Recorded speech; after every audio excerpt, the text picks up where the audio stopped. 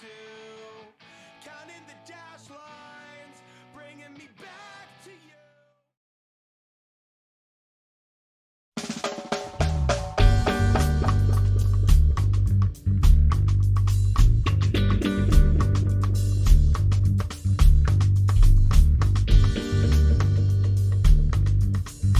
I'm easy to forget. Just leave me behind.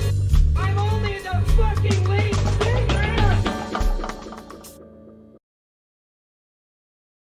Hold on. There's you and me, and we did it. Hooray. Hey, Kevin. Woo! Let's pretend like we Hey. haven't been talking for 20 minutes already. Hello. Hello. Hey, what's up? Can everyone hear us? This sounds fine, right? Yes, great. Okay. Sick. Well, welcome to yet another fantastic episode of No Lead Singers Allowed.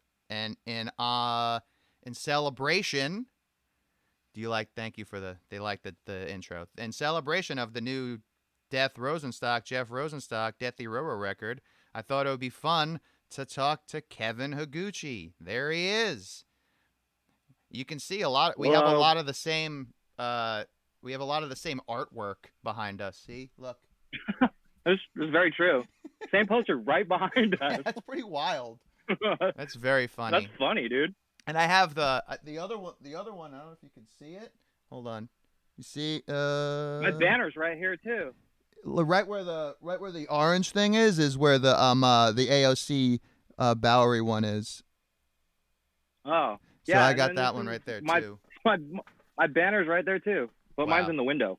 No, yeah, mine used to be somewhere, but then I was like, let me use this as like a background for my Twitch, because my whole life has become me talking to the Twitch now in varied ways. Oh, see, look, I had overlays for a second, and then it went away. It said who you are. You guys know who Kevin is. I don't need to have a thing that says Kevin and one that says me. Anyways, that's fun. I'm Kevin. Yeah, that's Kevin, and I'm not Kevin. I'm the person whose channel you're looking at. So anywho, so speaking of spending all my time at Twitch, that's what I've been doing. I actually someone actually reached out a while ago, and they I forget. I think it was in like Vice, but I did like an interview on like how I'm like not coping, how I'm adapting to this like internet Skype music lesson situation. Are you doing anything like that? Or like how are you like earning right now? Or are you not? I am on unemployment right now, actually. Well, besides the rest of us. Yeah. I'm not earning at all, really. I've given some drum lessons here and there, on Zoom. Oh yeah. But yeah. Someone actually wanted me to But it's ask just you about pretty that much- if you would be interested in giving one. Yeah. Okay, cool. Sure. I'll tell them that you're interested. I'm just looking for tasks, Yeah, that's why I started doing this, because I was like, I have nothing to do. For like, I would wake up at like 8 a.m. and Haley would work in her office, and then I would sit there until 5 p.m. until she was done. And I was like, I need to do anything. It doesn't matter what the fuck it is. It'd be sick if it gave me money, but I don't care what it is. So that's why I was like, let me just learn how to play all these songs from Animal Crossing, because at least it gave me purpose for like 3 days, and it did. Yeah. Who gave a shit like what it was? But this actually, so like, well, if I do this every day, at least I have to think about something and like use my brain. Have you been like recording shit for people? Sure. Yeah. I've had some things come in here and there. I've been also like just trying to work on stuff on my own, like I've used the shelter in. It's time to like reacclimate myself with like Logic and dust out all the old dusty microphones and cables and interfaces and plug it all in and make sure it all works again.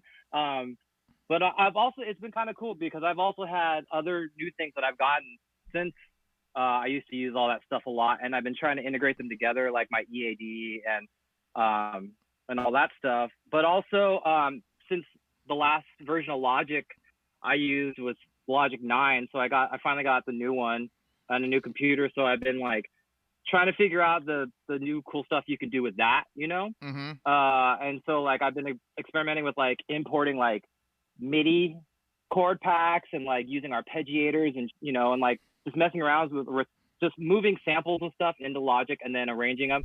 And then I've just been drumming to them and recording that stuff and That's then cool. making Instagram videos and stuff. Yeah.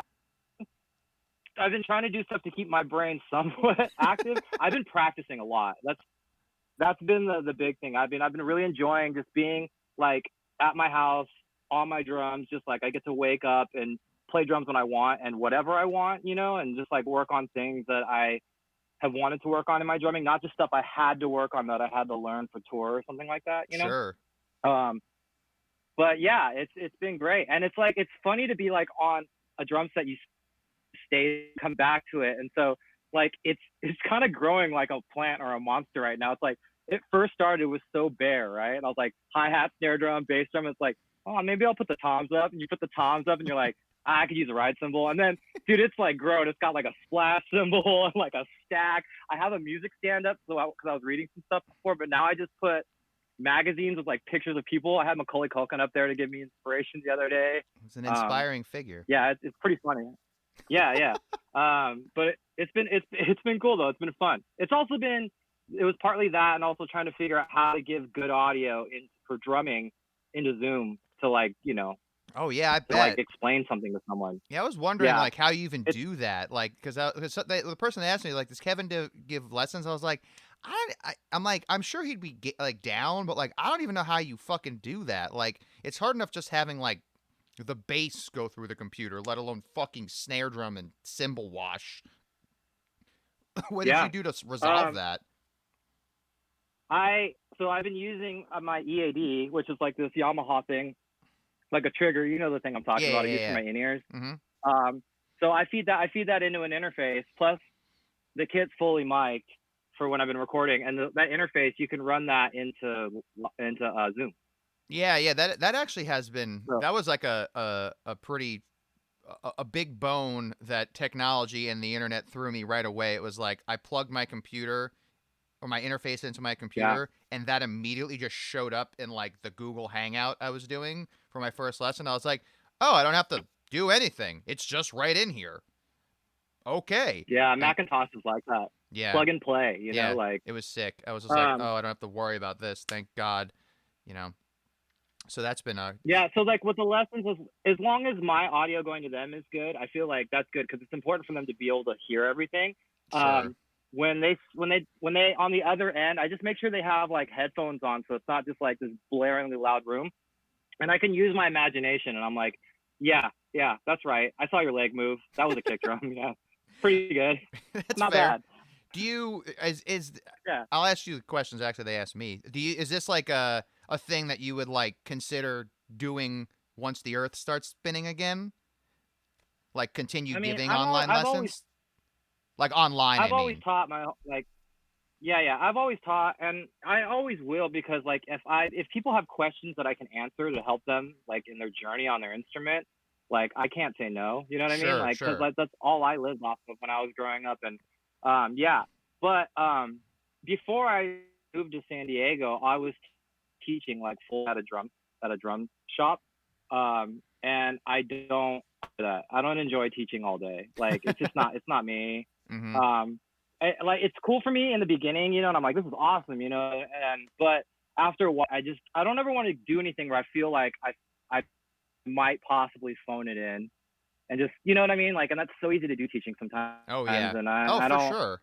and it happens on both sides, the student and the teacher. And like, it's just like a relationship that's like, this doesn't feel right, Yeah. healthy. Yeah, and especially now too, it's like Um, if the person is like not like giving it their all, I'm just like, dude, I know no one's making any fucking money. You like if you're not gonna be trying right now, like what are you giving me anything for? And I'm not gonna not take it. But like, and I was telling the person that was interviewing me, I was like, I don't dislike teaching lessons. I think I'm okay at it. But I wouldn't keep doing it once the earth starts spinning again. But I do get a lot of lessons or like requests, I guess, that'll just be like a one-off lesson. Like someone will just want to sit down for like an hour and just like, hey, just show me this one quick thing, or like, hey, what do you do here, or help me with this one thing. And I love that shit. I think that's super cool because, like you said, it's just like, it's less of like, this is how a C major scale looks, and it's more like, this is how I look at music in a broad way. That's like a quick like, just, it's more like a motivational hour, maybe, as like, I don't know, that sounds terribly lame, but like I like doing that. Like I think that's really fun. I feel like you can see people like get shit out of it. They're like, oh shit, like they're starting to like think of things a little bit differently. I show like a couple of little like tricks that I do, little warm up shit, and you like, I really genuinely enjoy that. But I'm with you on the whole like the lesson, like every, like here's a lesson. I don't know if that's for me going forward, but like I have a hard time not being super fucking busy, So like it's been a me good thing. also, yeah, with teaching, I feel like my ultimate goal is to get you so that you can do it on your own as soon as possible. Me too. Like I feel that they're trying to like draw it out, to like make sure that they're there with the student the whole way. But like my thing is like, if I can teach you the fundamentals so you can learn stuff on your own as quick as possible, like go and fly, and then I'm free to do whatever I need to do too. I guess I would say instead of lessons, I'm more available for like consultation. Yeah, that's exactly what I think. Cause like the same way too. I'm like, I just want to throw these people out the door as quick as I can. It's like, here, you know what to do. Like I've turned people away like this. Like they'll be like, hey, I want to do this. And like straight up, I'm like, I can see what you can do. I'm not going to be able to show you anything. Like there's no technique that I'm going to show you that you don't know or you can't Google. But like if you want to like, but then they'll be like, they like, hey, I want to just go over just how you create something or something like that. I'm like, oh, we could talk about that. But like as far as like, technique and stuff like that, it's like a lot of that stuff is like, I'll just be like, you don't even need me. You can do this on your own. Like I'd rather you keep your fucking money. And like, spend it on food. Yeah, totally. For sure. Someone in the chat, that's actually a good question. Since we do make a large part of our living in the same room, which is a live music room, what do you think's gonna happen with all this? Do you have any? Have you been? I was talking to Mark about it and Mike Campbell about it. And that's been about a month ago. But like, do you have any sort of like inkling on what we're gonna get like back to, how that's gonna look? Are you even thinking about that? Because a lot of me isn't. I'm just trying to like survive. I haven't thought about it. Yeah, I haven't thought about it at all. Like, my body started feeling weird and crazy as you were asking that question. No, I don't want to talk about this. No, I'm the same way. I'm just like, I can't know. fucking worry about that shit right now. It's like, I have no idea what it's going to look like. But if I think about it, I certainly am not going to think it's going to be good. Like I don't have a good feeling about it. I hope I'm wrong, but there's too many things to think about right now than to be like predict the future of live music. I think Jeff said something funny though. Someone asked him if they were like, would you play one of those drive-in shows? And he was like, fuck yeah, I don't give a fuck. And I was like, yeah, I'd do one of those. Who gives a shit? I heard people giving that, like throwing shade at that. It's like, I don't want to play a drive-in show. I'm like, honestly, I don't give a fuck. I'll play anything right now. If people want to go to that, I'll do it. Like, is that just like drive-in movie theater? Like, yeah. So like we would be on a stage, and then like there would be like it would be IMAG, so there would be video cameras, and then like instead of like showing a movie, it would be basically like Pitchfork, but there would be no one but the crowd would all be in their cars. So there would be but we're playing live though, right? Yeah, we'd be playing live. We'd be playing live on a stage, like in front of them in their cars, and then we would be on all these big screens. That sounds dope, dude. It does sound I would do dope. that. I would want to do that and put together like a set and then do like and program visuals for the screens too. You know what I mean? You can make it like a whole experience, dude. That's the like some raver in ELO you. shit. Yes, I mean I love that. I love that. Dude, yeah, that would be so sick. It would be like going to like a drive-in music festival. Yeah, I think it would be cool. I mean, there was a lot of shade thrown at it, but like I feel like I feel like with any of this shit, like, and everyone, like, even with like the just like the Instagram live shit like that, I feel like people are like starting to like go a little more with it. Like, we're at the very beginning, we're at the crawling stage, and I feel like as people are like, oh wait, I can add this piece of technology into this thing, like, or we could do this, or we could do this. I feel like you're gonna start to see like some like high production soon, because I mean it's gonna have to be, Yeah. What do I- Dude, like, what was I gonna say? The only thing is, like, if you did that, it would start and it would be intense, and people, would probably be drinking and hanging out, and then they'll be like, screw this, I'm gonna get out of my car and dance, right? And then they're gonna do that, and then everybody is, and then they're all just gonna like, Oh jeez. I mean, I guess go you have. for it. I You know guess what you I have mean? to have. I guess you have to have some sort of like, like security. Like you got to stay in your fucking car. Or the band just has to be like, if you just get out of your car, we're gonna stop playing. But no, yeah. I mean, I feel like you would just get like, well, I mean, if you were like fucked and you just really were feeling it, you would get out of your car and you would forget where you were, which I guess is the point of music, to forget what's happening terrible in your life and to just be in this moment. So I guess I can't blame too much.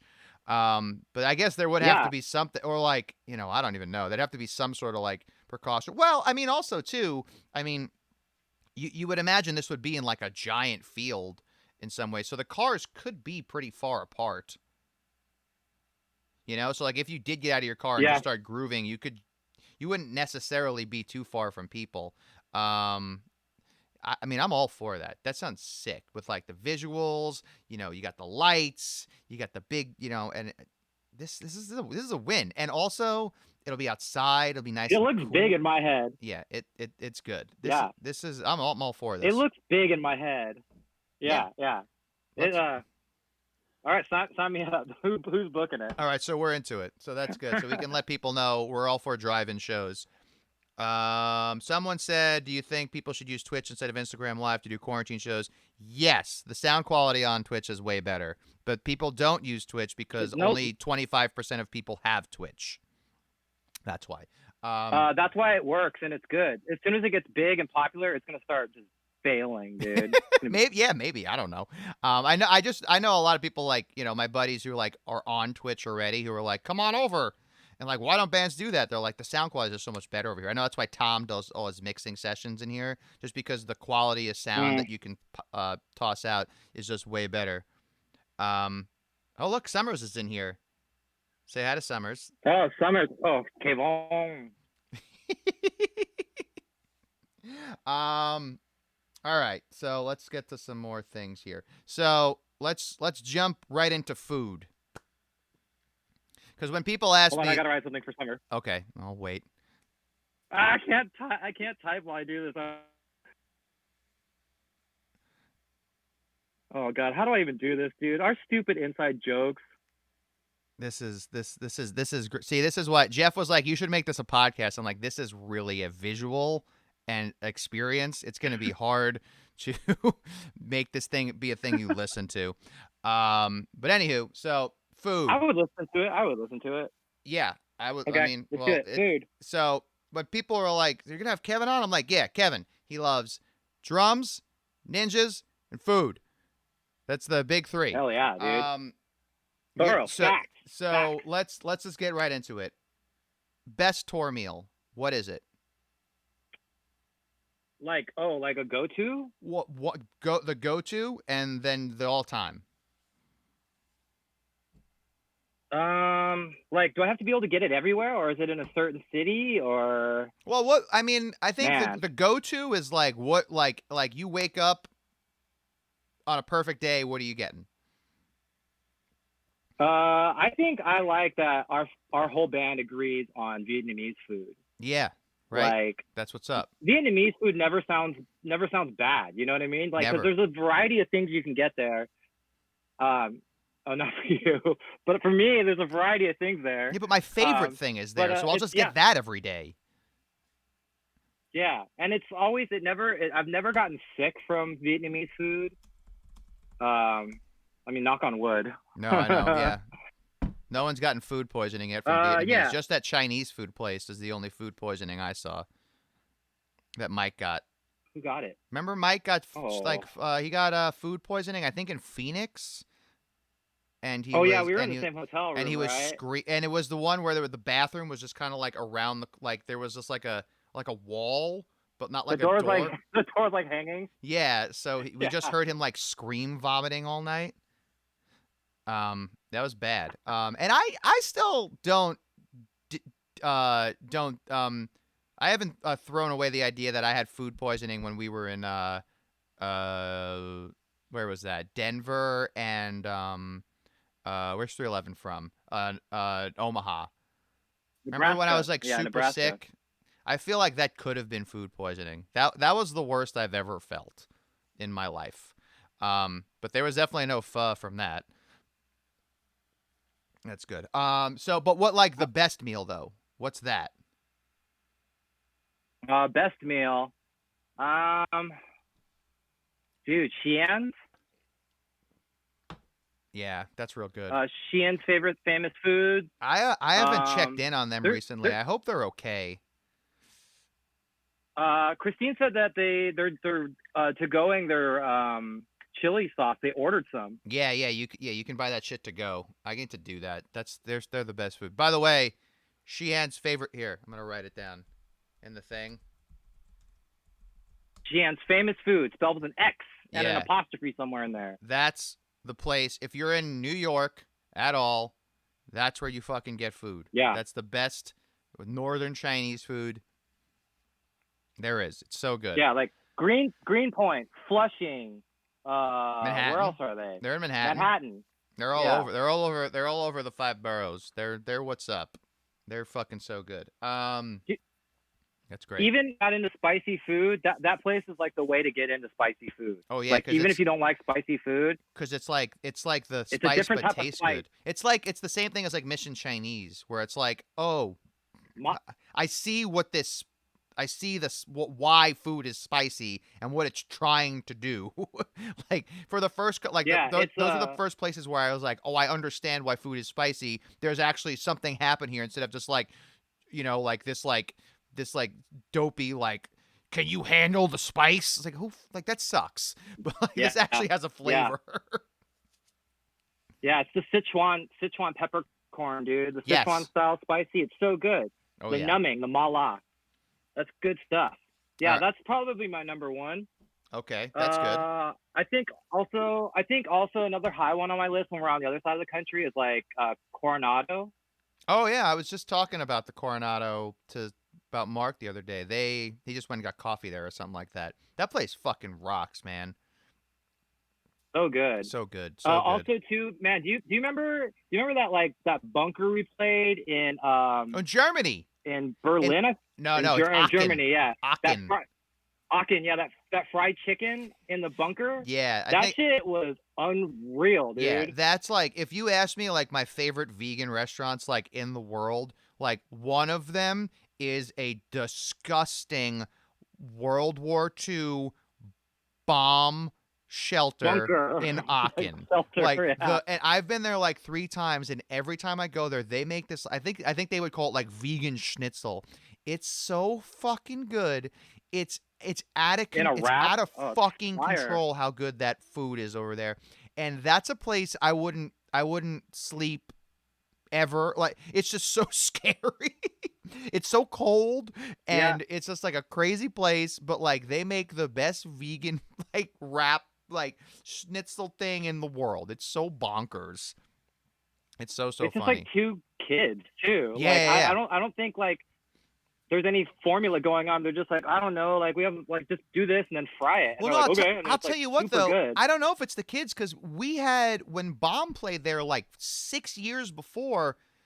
They didn't make exactly that. They made like this like stew, and even fucking Tom, who wouldn't eat, who's so fucking green eggs and ham, he ate it. He ate the whole thing. He was like, "This is amazing," and then he was hammered. Then the next day, we're like, "Remember when you know that vegan food?" He was like, "I would fucking never fuck you," but it was they the same place made this like a similar thing. I don't think it was the same 2 kids because they would have been older, but it was like that place just like whoever they bring in there to cook just. I don't know, man. They need to write a fucking cookbook. That place is fire. So good. Yeah. Dude, I that's crazy too because I played that same like bomb shelter in like 2008 with like ska band the Whiskey Avengers. Like Oh, we that's toured right. we toured Europe and like we played there. When we walked in, I was like, ah, before, dude, you can't forget this. You know, No, like no, hell no. that place is crazy. That place is crazy. That was a Yeah. crazy, crazy place. That was fun. I really liked that place. That was like our first um show. That was my first show in mainland Europe. And I was like, "Oh, okay, cool. They're all going to be in basements that are crazy looking, but I'm going to get fed really well." And it's never really Just not fun too. been that. You know, they're mostly in basements, and you do get a usually pretty good meal. You know, and Yeah. they do a Actually, good. the sound at that place was good too. Well, as what is it? It As was As good. Dave Marsh would say, it was very British. It's just real loud. Just real big and Fucking loud. so, dude. Yeah. Um, Yeah. yeah, that place was good. And then, what is like the thing you think you make the best? Like you cook, like your home creation. What's Ooh. like if you like you got to impress a chef. They come over. You're like, I'm gonna make you this thing. This is what I do. I would never do that for a chef because I don't believe in my cooking that well. Well, that's not But you've made us some good food over the years. yeah, I mean, I just that's the thing though. I never really stay in one place long enough to like ever perfect anything. I'm always just wanting to try things, you know. But non-vegan, but I make a good roasted pork belly. Something that vegan that you would eat. I like making Japanese curry. That's super easy. I don't know if I've Things ever like had I like things what's like that you can't mess Japanese up. curry. It's like brown. You can get like a Japanese curry roux if you don't want to make it from scratch, but it's like it's not sweet like Thai curry or Vietnamese curry. It's closer to Indian curry. You know what it tastes a lot like? You ever had curry on fries in Europe or in like in the UK? Uh-huh. It tastes like that, but it's got like carrots and potatoes in it. And normally you eat it over like chicken katsu and stuff with rice. It's super good. Oh, okay. Yeah, but I guess that's it. I'm not much of a cooker, dude. I have been because it's a stay at home Oh yeah. business. We've been cooking and barbecuing like crazy. I'm fucking overcooking at this. I'm over washing my fucking dishes, man. I can't. You're over. I'm over washing dishes. The thing about that, dude, is to just wash as you go so that it's not like you ever have like a big old job of dishes. It's always just like a few. Yeah, I know, but like when I'm done like making dinner and there's like 50 dishes, I'm just like I want to eat this dinner. And then we're on the couch, Dude, and then I'm having a couple drinks, and then I'm just like, "Oh god, look at all these fucking dishes." And it just doesn't happen. I know it has. I wash as I dude, go, but then at the end, there's like I feel like when I'm done cooking, there's like it's coming from 4 pots, and then there's plates, and then there's the blenders going. And it's just like, oh god, there's just so much shit. I need a dishwasher. so me and my roommate, my roommate's brother lives like a mile away, so we've been all sheltering in every night for dinner. But we place so much overcooked that like when we make dinner, it is like overcooked. It's like I'm there like chopping vegetables and like I pick it up and I walk over to the stove where like Aaron is, like dump it in the thing and then he's like frying it while like Alan's in the corner like washing dishes and then as he's washing plate, dude, That's amazing. it's so true. That's so funny. We've gotten so efficient. We're so efficient.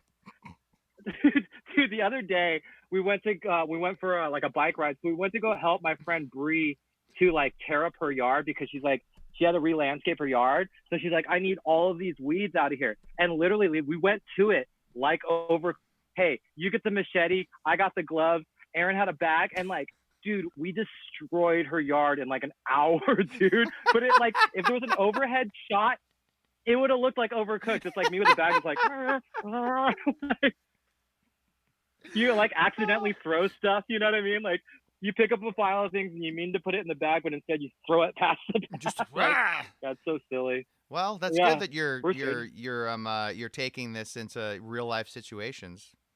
That's great. Yeah, me when Dude, I'm yeah. cooking, usually like Haley will cook and I'll just be in her way, or I'll cook because it looks like Haley deserves to sit on the couch and play Animal Crossing, because while I am still keeping busy every day, she is actually going to work and has to like stay productive and like have a functioning 100% brain during the end of the world.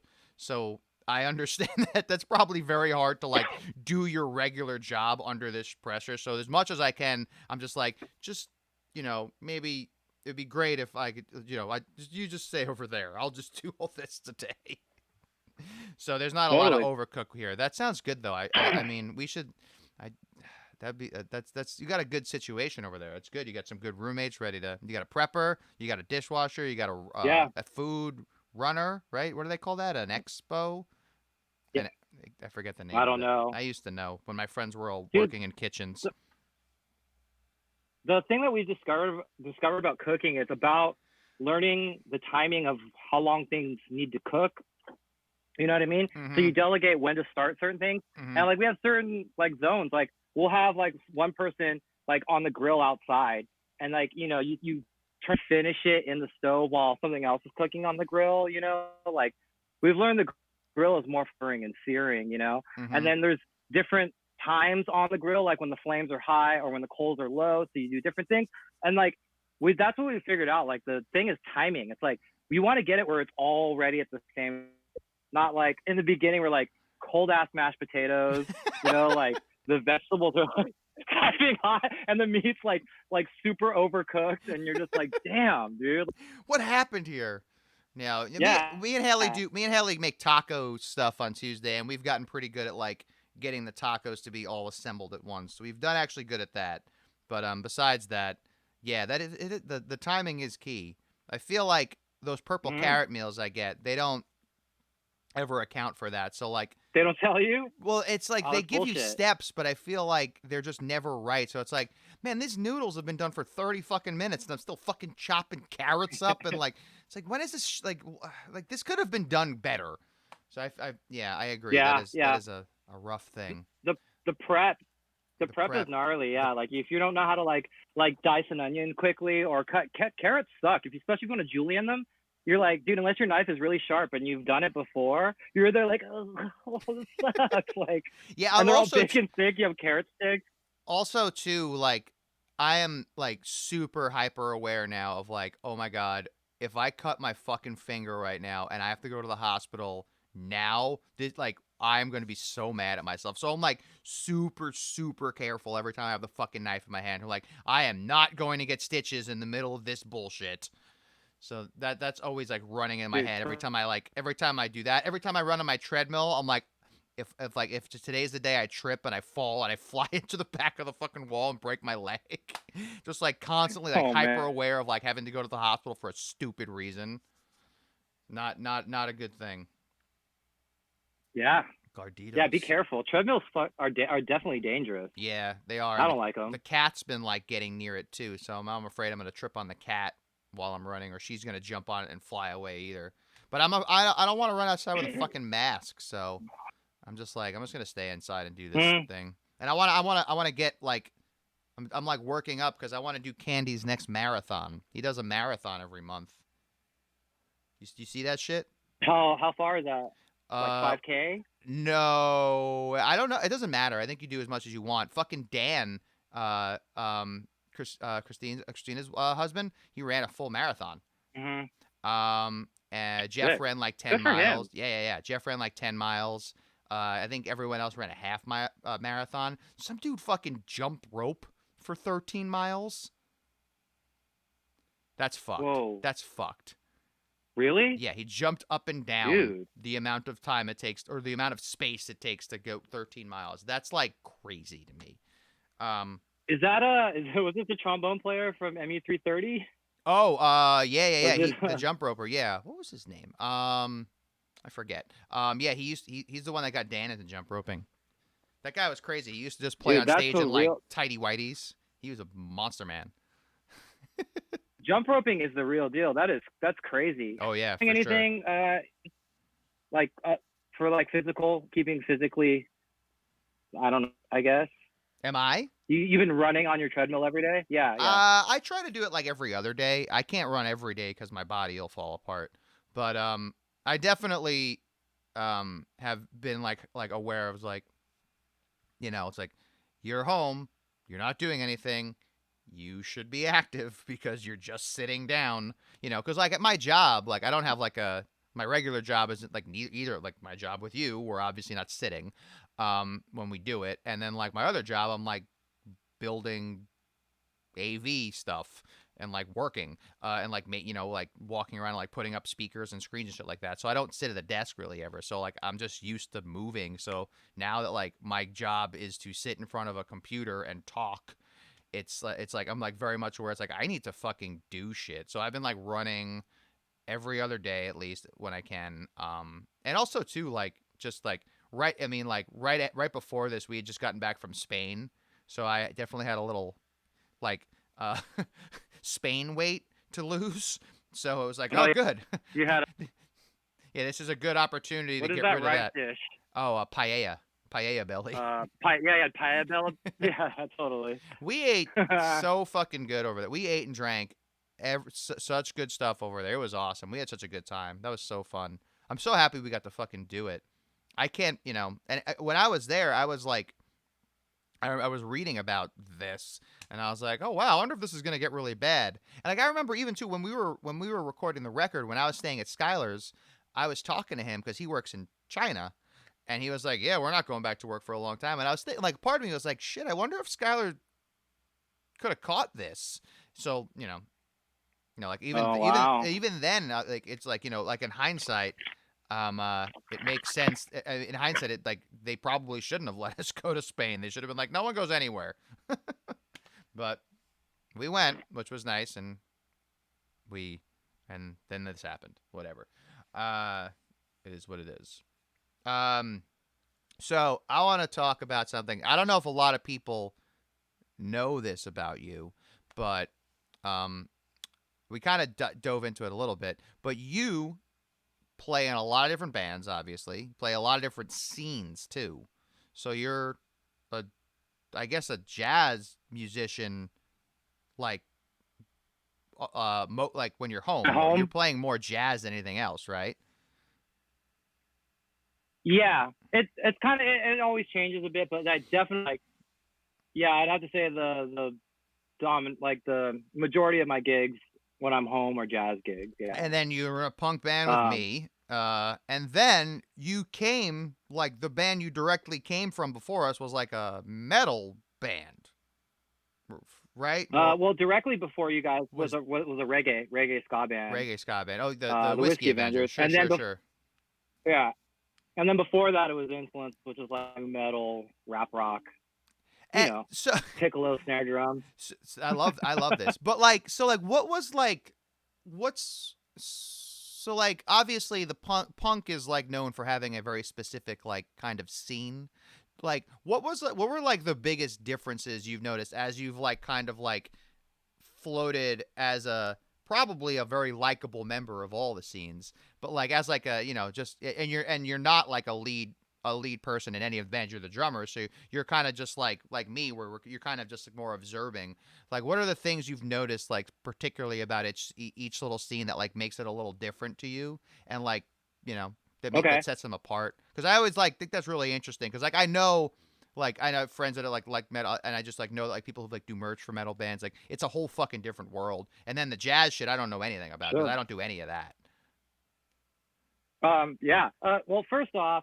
If I talk about like when I came into like the punk scene with you guys, I was definitely I was a little weird because I was like, dude, like I don't know, I'm a new scene of people, like I didn't grow up listening to punk music, and but the community has been so like accepting and compassionate. It's amazing, you know what I mean? It's super endearing. They make you feel accepted and at home like immediately, you know what I mean? It's like walking into a hug, which is amazing. And like I feel out of like similar to like they have their similarities too, like but in different ways. So like similar to the jazz scene, the punk community is very accepting of like what you want to say and do artistically, you know what I mean? Whereas like other communities I have been in aren't looking for art. They just want like the type of music that they want. You know what I mean? So like you can't really be experimental or like, or you can, but like it's risky. You know what I mean? Mm-hmm. So that's how I feel about like when I first got to the punk community. In like that rap rock new metal community, I'm not sure it brought out the best person in me too, which is another reason why I don't think I continue to follow in that line of like community or of groups.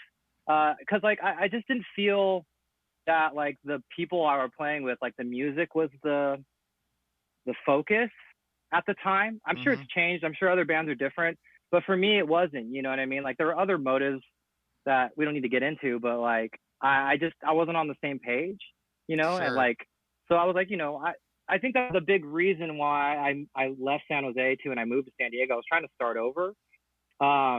And like I've always said it that like Mike Park and Jeff have like saved me. You know what I mean? Like they saved me and my music career because like I wasn't sure what I wanted, but I knew I didn't know where to look, and I feel like they found me. You know what I mean? Mm-hmm. So, um, Mike but Park. also in the jazz community, yeah, Mike Park, dude. What a weirdo. We A, we all a we all love beautiful, him. a Is there a beautiful, question mark wonderful above our head? weirdo. Yeah, totally. Um, but in the jazz community, I really love it because like it's a challenging musical community to be in because it's a challenging art form of music. You know what I mean? Like Mm-hmm. it takes a good amount of education on the instrument and time and practice, and I really enjoy that challenge of trying to achieve that. But the problem with that is, and I hope I don't make any enemies, but sometimes that attitude can come off a little pretentious. You know what I mean? And sometimes they're a little harsh in judging on newer people who are coming into the scene. You know what I mean? And I feel things have changed a lot. It used to, when I was young, it was very, very vibey and confrontational. But to be honest, that's what fueled me to like work harder. If nothing will get your butt moving than get handed to you at like at a gig or a jam session. You know what I mean? Like Mm-hmm. you don't want to come back sucking. So, but that like I feel like for like younger players to get in but that's changed a lot. And what I love about living in San Diego is there's like a really really big jazz community, and like it's constantly growing because everybody cultivates the young. So I think it's really great. You know what I mean? Like, um, it's amazing to me that I see all these young musicians out here killing it, and they have like uh a forum to like display their art. It's insane. Like it's something I didn't grow up with. So when I see it, I'm like, what? You're so lucky. Like that's amazing. That's cool. So, but yeah. So, but I also, I mean, I enjoy the challenge, playing music in different scenes. You know what I mean? Like when you play a bunch of hip hop too, it's a whole nother country. Yeah, People I are have no idea. people are very different. Mm-hmm. Yeah.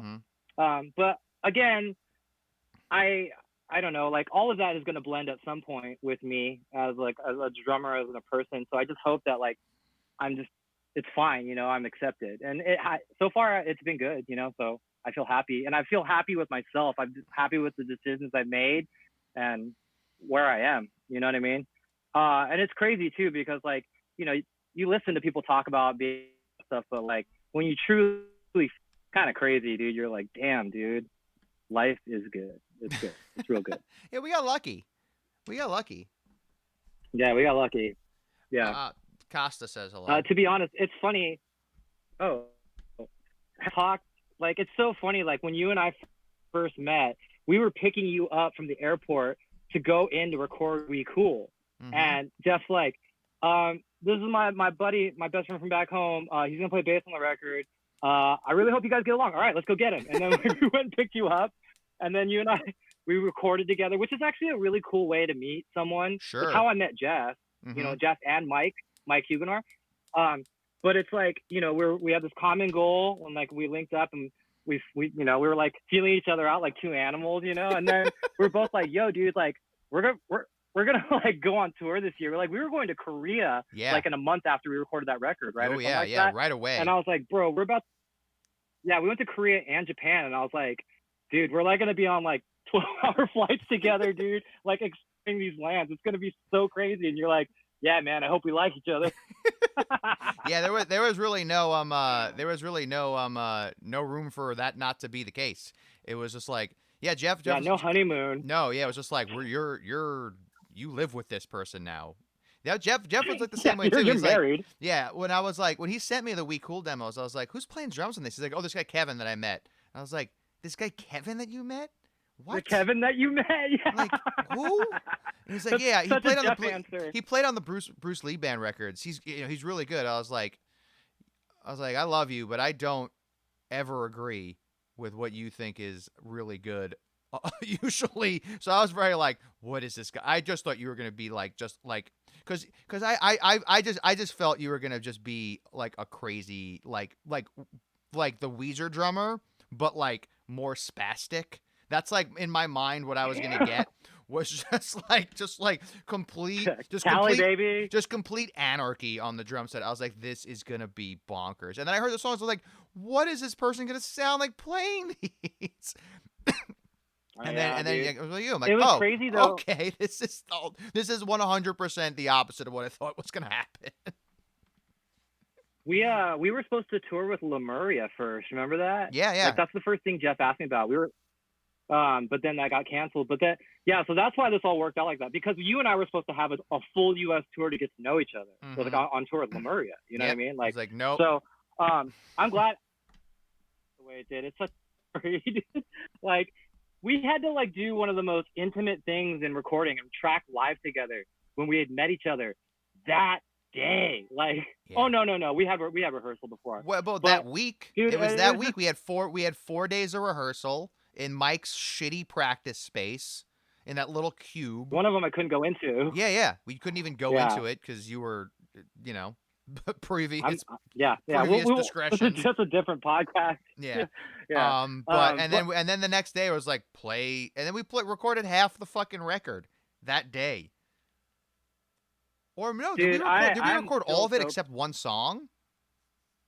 No, I think we had a few, but like that record, dude, I'm still very proud of it, like performance wise, as a recording. You know what I mean? Like, that was the first time I'd ever done anything like that, other than the jazz record. I'd never tracked a heavy band live in the same room together. Mm-hmm. Me too. It's bananas to tape. I was like, whoa. I had done that with like some jazz recordings, but that's like, okay, dudes, we're gonna do like a standard and like, let's see what happens. This is like, yo, dude, we're trying to get a take. You know what I mean? Like, also too, like, I didn't know like the band music well enough yet, so like we were experimenting, and I was just totally down with everything. So like, the snare drum sound on We Cool is the coolest I've ever recorded, but it's also, that wasn't like my normal wheelhouse. You know what I mean? Like, but sure. Like, I'm now, when you look back on that stuff, I'm just like, dude, so happening. That was so cool. Like, I do love that about Jeff. He loves pulling me out of my comfort zone. He loves doing that to all of us, like just rip you out of your comfort zone. But dude, so good for you though. It's, how are you supposed to grow if you don't ever leave the house, So, no, he's right. I mean, he's on to something for sure. You're totally right though, man. Because like before we ever do anything as a band, he always talks to all of us. You know what I mean? I know he likes to talk to us individually and stuff, and like see what our opinions are and stuff. And I'm always like, in the beginning, I was always like, Jeff, this is your band, so just whatever, I support you. But then, as we started going, I was like, dude, that's a crazy, crazy move, right? And then as we've gone, I'm just like, dude, I will follow you anywhere you want to go. Like, I trust your crazy brain. Mm-hmm. Like, it makes me a better person. So like, I will walk with you. You know what I mean? Like, it's crazy. I was telling that to, I think, Mike on the first one of these. It was just like, at some point in like my relationship with him over the 400 years I've known him, it was just kind of like, all right, that's it. I'm just gonna do what you say, and like that's the gig here. It's like the gig is just to trust you implicitly, and I do now. I don't necessarily, like, my initial reaction a lot of the times was like, no, that sounds, I can't imagine that working, and I'm often surprised it does. But my heart is now just saying, just like, I'm on the journey, man. You lead the way, I'm behind you. Whatever you want to do, let's do it, because it's worked out so far, And and I trust you, but it's like it took me a while to get there because when we were like 16 and I'm a fucking wise ass teenager, like I think I know everything, and he wants to do all these fucking bananas ideas. I was like, that's not, it took me a while to be like, that's not how this relationship can function anymore. You have to be on board, and then it was like, not only do I have to be on board, I want to be on board, and now I believe in it. Which was good for everyone, I think, involved. No, but It's that we funny. that That's we why were you and I, cool. What's up? Oh, sorry. I was gonna say that's why you and I are always just asleep in the back of the van, and then like if something comes down, we like wake up and we're like, well, if we're gonna die, just like hold my hand, Yeah. and like, we'll fucking. Yeah, it's like, what are we And then doing? we'll just go back to sleep or something. All right, sounds Yeah. good. I'm going back to bed. Wake me up Is- before we is there- don't yeah. die. Yeah. If I have Yeah, to is it keep danger living, or is it danger or food? yeah, Wake me up exactly. if it's danger food. Or can I go pee? Let me sleep. Oh yeah, can I go to the bathroom or let me just die sleeping?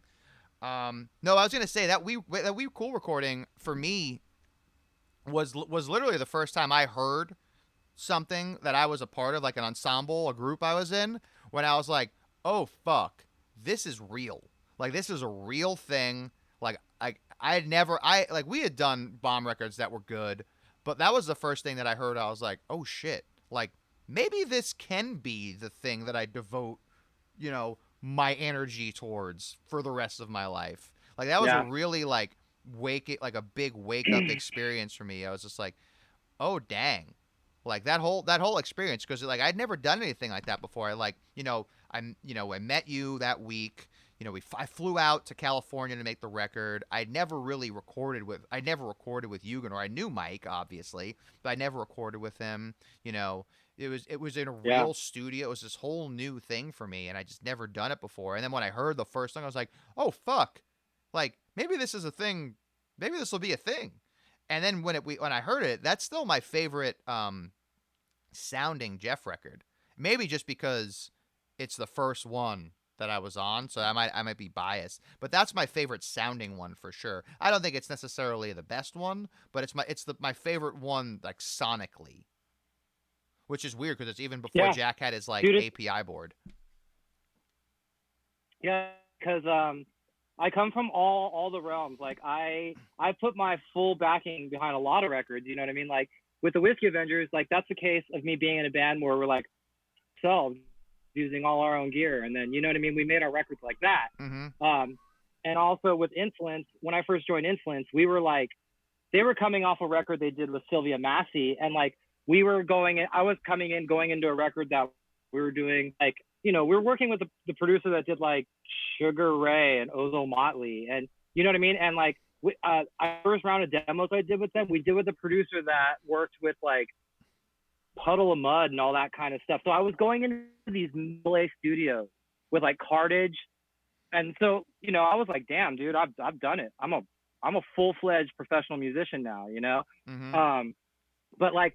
But like back then I believed in those records, I mean, I had like that first record I did with Influence, it came out on Warner International, you know what I mean? It was a major label. So I was like, yeah, dude, like, so I know the feeling of like when you hear the product you've made and you're like, yeah, I'm behind this. And like with Jeff, like, I didn't know as we were recording it, but then when I heard it, I was like, oh, yeah, dude, I'm in. Like, this is sick, dude. Like, we made a cool record, dude. Like, I like this.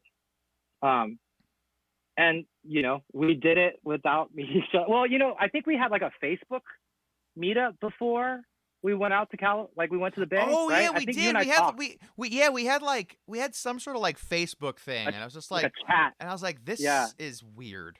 Like I don't know if like this isn't how I want to meet someone for the first time. Yeah, you were getting ready to go on tour with Laura with Against Me. Yeah, like right before yeah, that. right before that, yeah.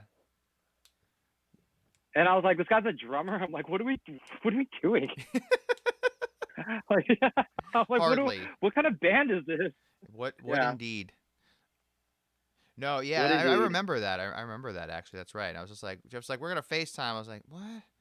Oh, that's Yeah, weird. it was Like, and then strange. I think he left like right away. It was me and you talking. I was like, this is like a weird like blind date setup. I feel like I'm on. It was very confusing, but Was it it all 6 worked years out. ago?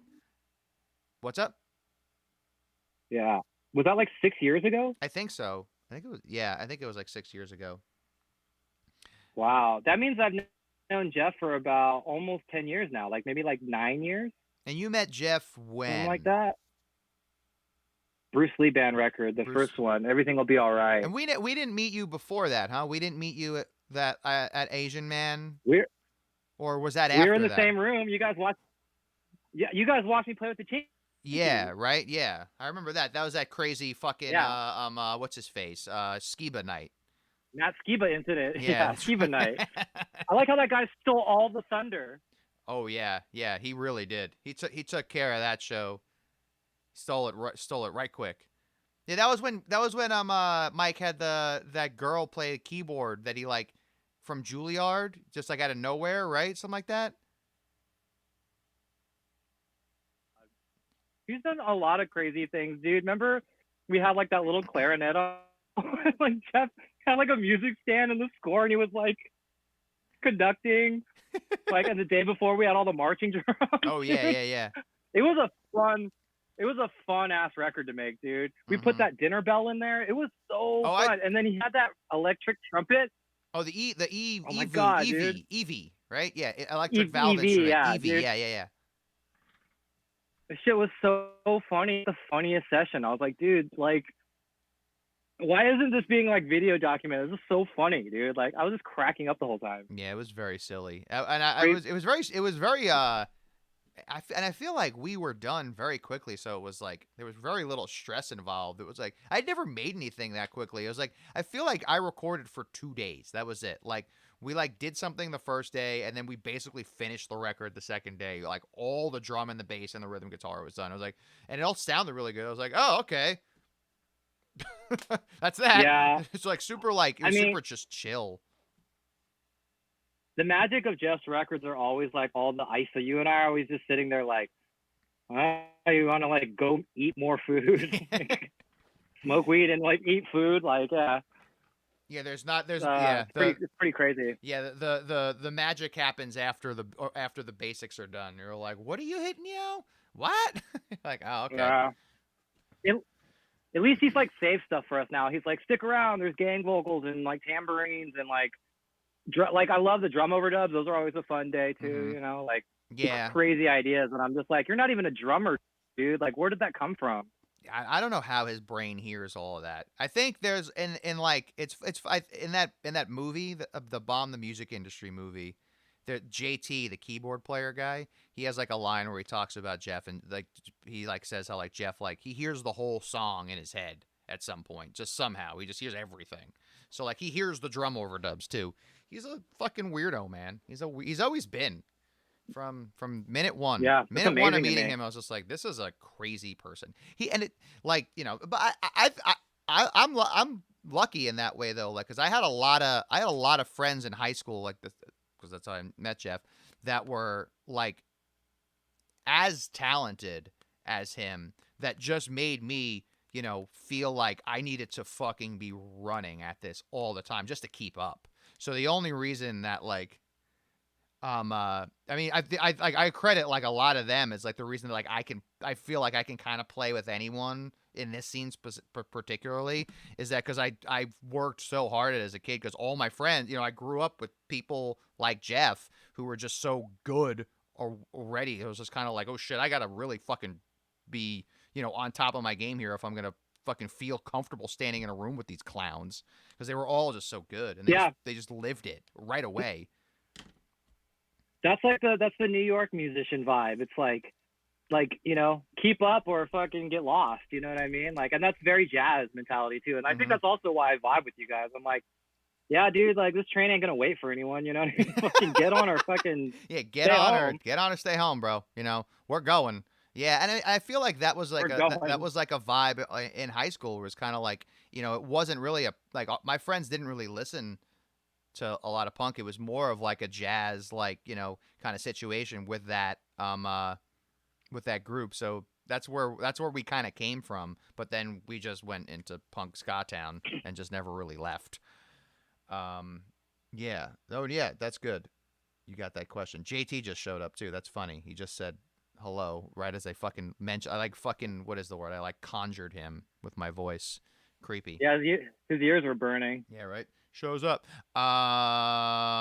So I think I'm gonna get to one more thing here. So I want to jump back to Mike Park. Um, was he the person that he brought you in back into the ska scene? How did you meet him? How did you meet the weirdest man in the world? Well, so I'm from San Jose, California, and I've always known about Mike Park because when I was in high school, I was a huge Skank and Pickle fan. And then when I got to be when I was around 18, I joined this weird, quirky ska band, kind of bungle influenced ska band, which was the old bass player from Skank and Pickle. His name was Mike. It was called Neil Sorskin. And I played for them, and it was really fun for a drummer, like crazy odd meters and stuff like that. And I was like super into that. I was like playing with like Zappa or something. Mm-hmm. And I was like, this is great. I could tell that band would be weird just from having to learn those bass lines. There's no way that band was not Zappa-y. Yeah, so much slap, you know. Oh, like, yeah. That makes sense. But before I was in a reggae ska band with like my buddies in San Jose, Clint, some of them.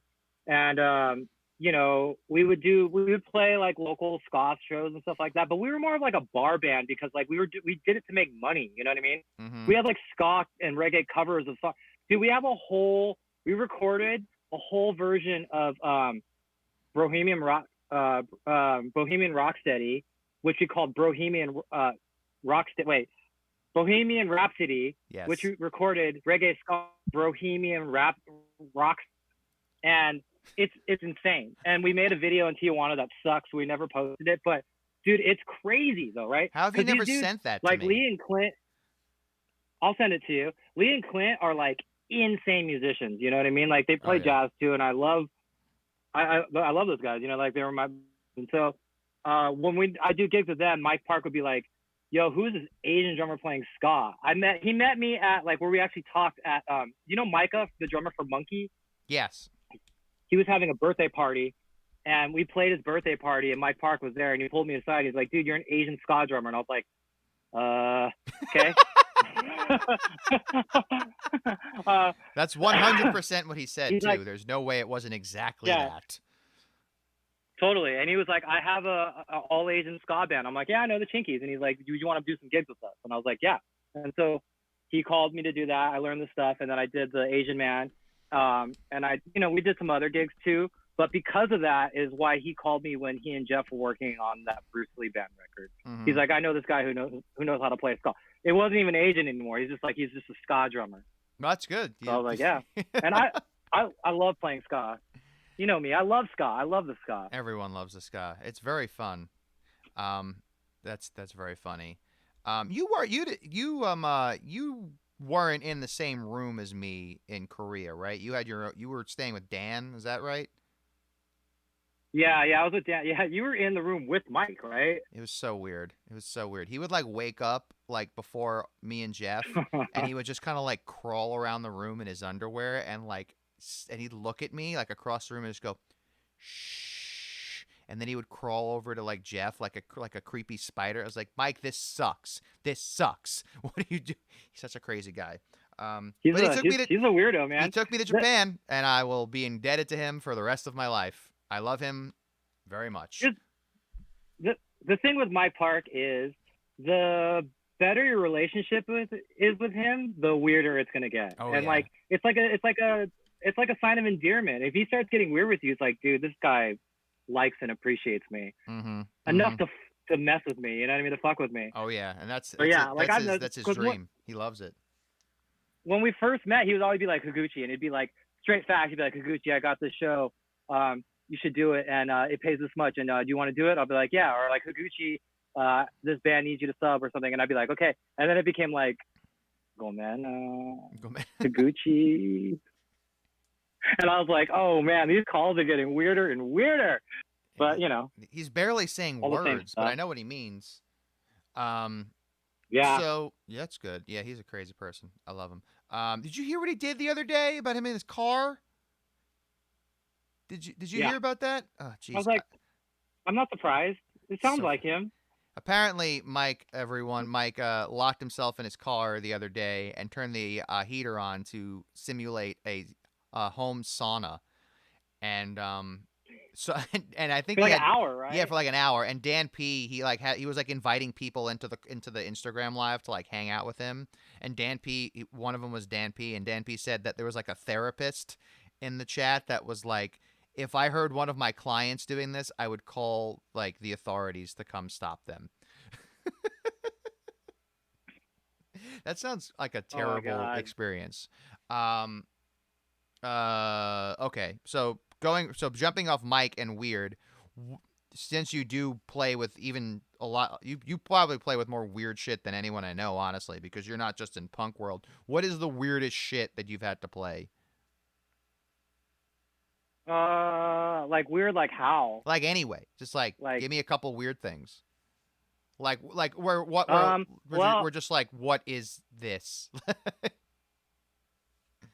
dude, like okay, well, one, I play in a brass band at the San Diego Zoo. I'm like I the love that. first alternate of the drum chair, I love and that. yeah, like we do like pop songs and stuff, like Bruno Mars and Earth, Wind and Fire. They're a slamming group though. Like the musicians are insane. I've Like heard it. I've seen the it's videos. so They're good. good. And you should mention that you are playing a drum set that is modded so you can stand up and play it.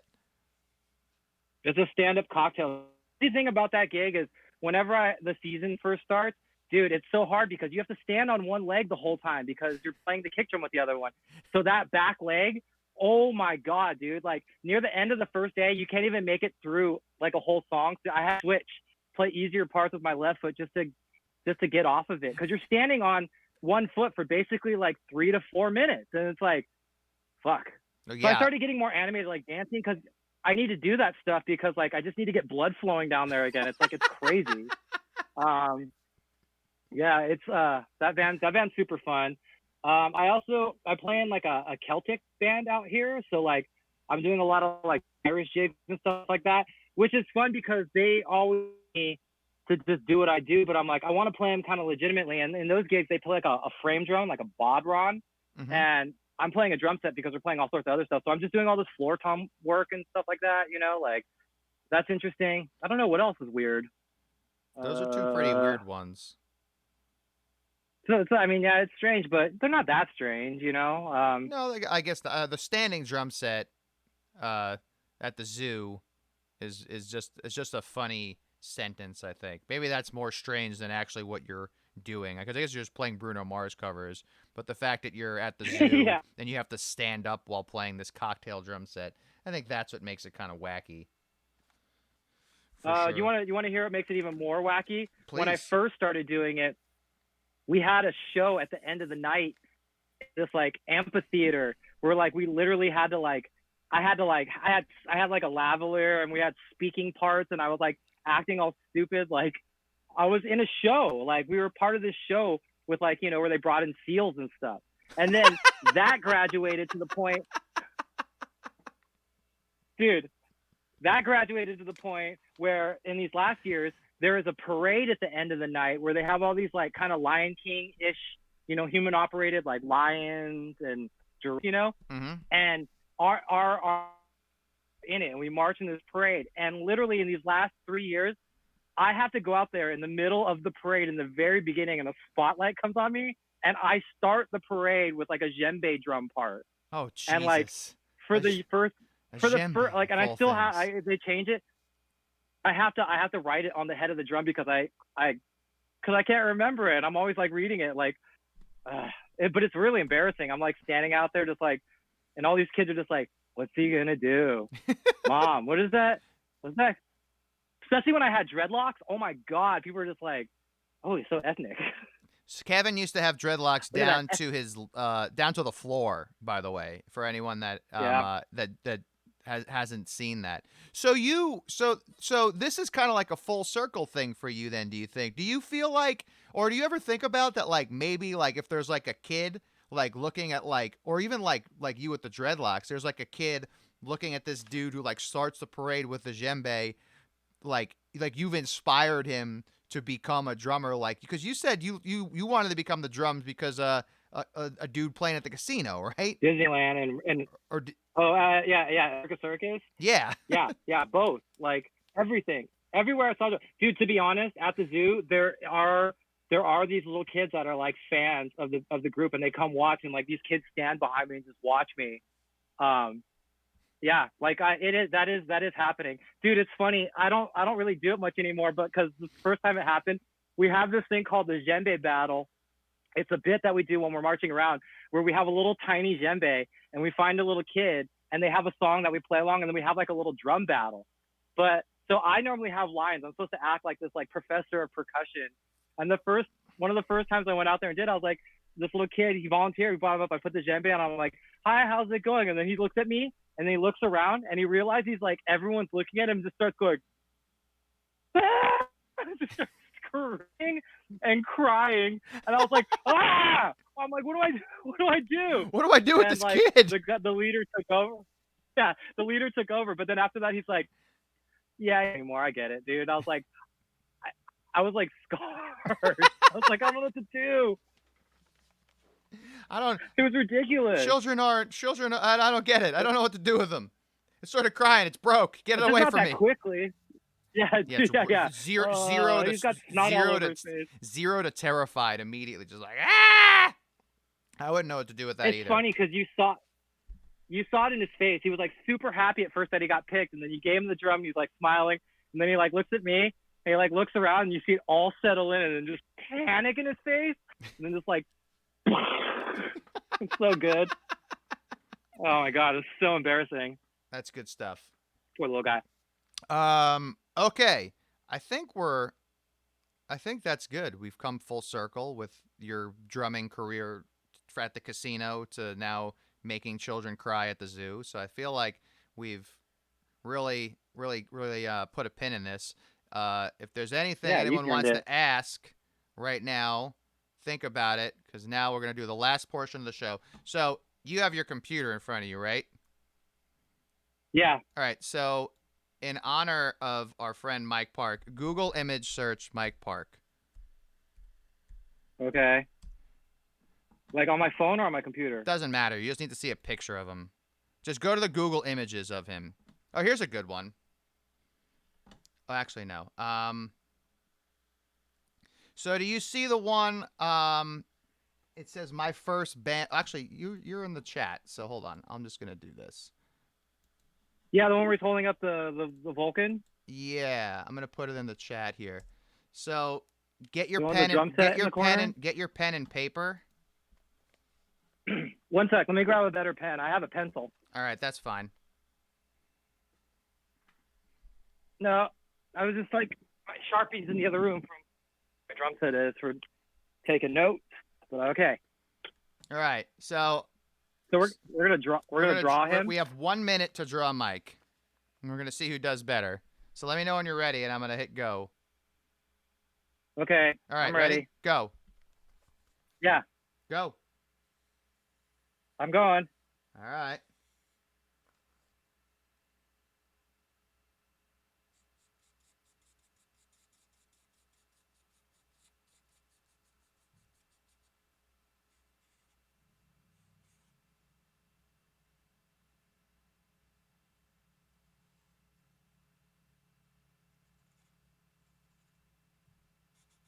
I'm done.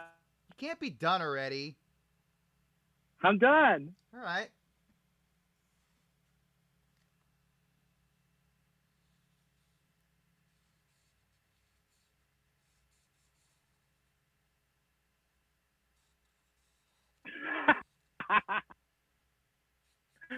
This is a good way to end the show. I dig.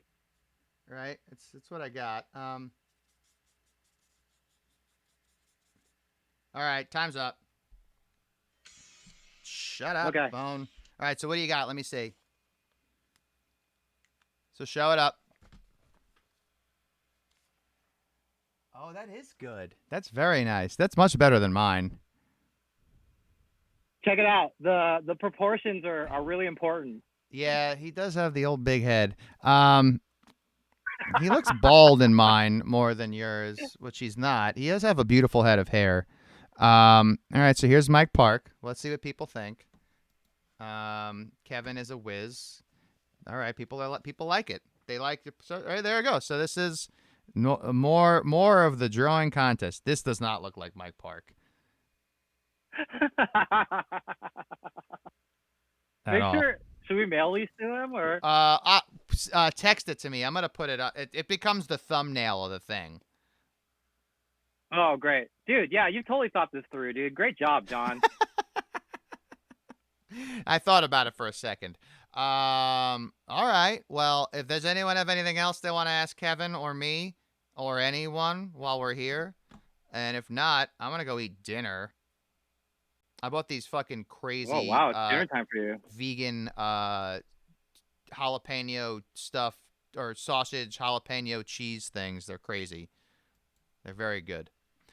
I had the Beyond tacos at Del Tizzi the other day. I thought about you. Those Oh, are yeah? so good. Ooh, I got a lot of Beyond stuff. Yeah, at Del home. Tizzi, dude. You gotta love the Del Tizzi. Yeah. Still doing this show after all the crazy ends? Yeah, probably. I don't see why not. This might be one of the few things that sticks around, honestly, in my quarantine life. This would be a fun thing to do on tour. We can do honestly. it.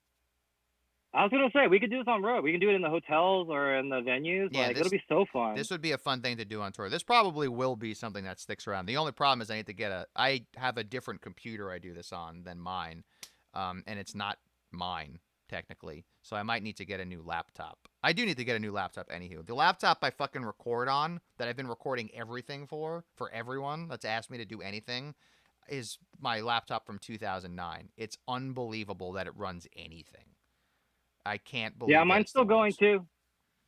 My 2010 still going, even though I have a new computer. But it's like, man, why? Yeah, I'm very whatever. surprised. I'm very, very surprised that it works. Well, all right, that's cool. I think that's it, everyone. So we're gonna roll. Thank you for everyone that tuned in. Thank you to Kevin for hanging out. Are you gonna play Overcooked tonight? Thanks for We're playing having me. Overcooked tonight. Do you know that? I don't know. I didn't know that, but we never did the other night, did No, we? we didn't. I think we're gonna play at 7 your time. Me and Eugenor are playing for sure, and maybe Rick will play. You should play if you can. Okay. All right, I'll text you. How do I? Yeah. Text me about that. Well, we don't have to do it in here. It won't be on Twitch. You guys can't watch. Too bad. All right, bye everyone. Have a great rest of your day. See you later, Kevin. Bye. And then I hit this button and the theme song plays. Boom.